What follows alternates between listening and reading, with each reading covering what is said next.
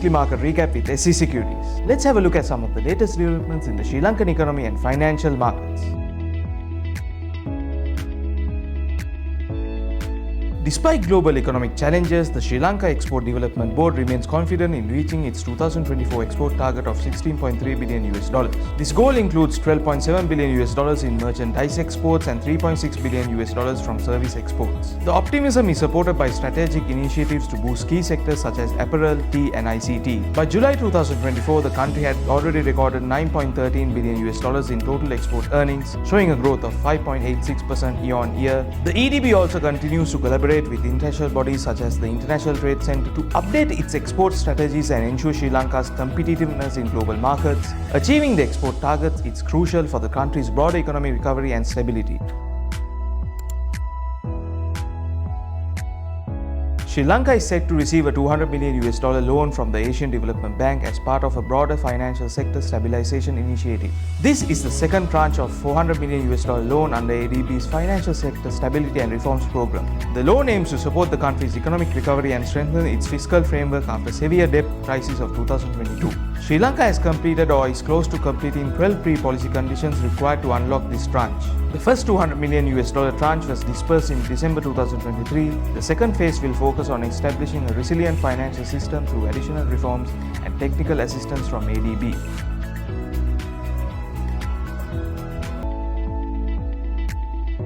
The Cabinet of Ministers approved the creation of a Financial Stability Fund with an initial allocation of ₹1 billion, aiming to strengthen Sri Lanka's bank resolution framework under the Central Bank's Financial Crisis Management Program. This fund, outlined in the Banking Act of 2023, will be built gradually through annual budgetary allocations and managed independently from the Central Bank's assets. The initiative is part of Sri Lanka's broader financial sector reform supported by a $200 million loan from the Asian Development Bank. The fund is expected to enhance the stability of the banking sector and improve the country's financial crisis management capabilities.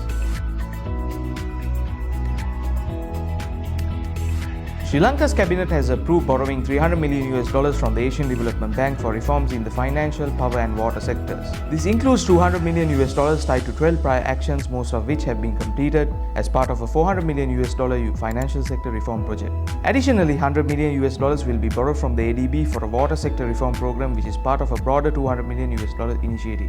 These funds are expected to support ongoing structural reforms aimed at stabilizing Sri Lanka's economy.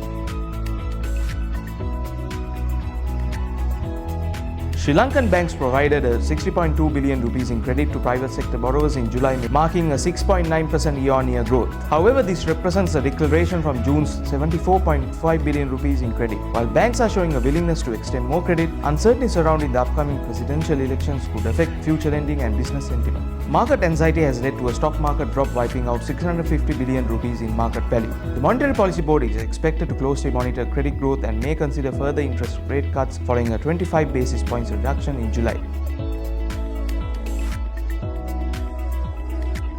Sri Lanka's parliament approved offshore banking regulations for Port City Colombo, aiming to establish it as a regional financial hub. The move attracted 7 local banks and 3 international banks to open offshore branches, with 6 local banks already approved by the Colombo Port City Economic Commission. The offshore branches will be regulated by the Central Bank and Financial Intelligence Unit. The regulation enables foreign currency transactions, deposit loans and more, enhancing investor confidence. Additionally, Port City Colombo offers attractive fiscal incentives including tax exemptions and full foreign ownership, encouraging large-scale global investment.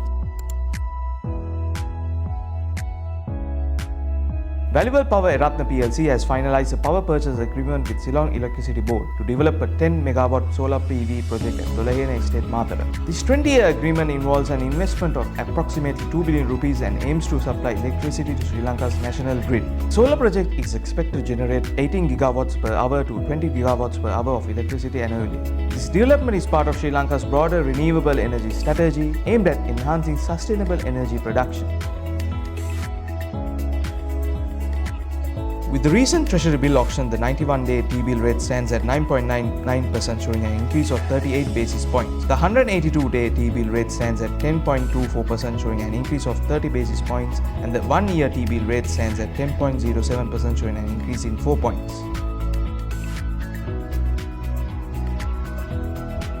Let's take a look at this week's Colombo Stock Exchange market status.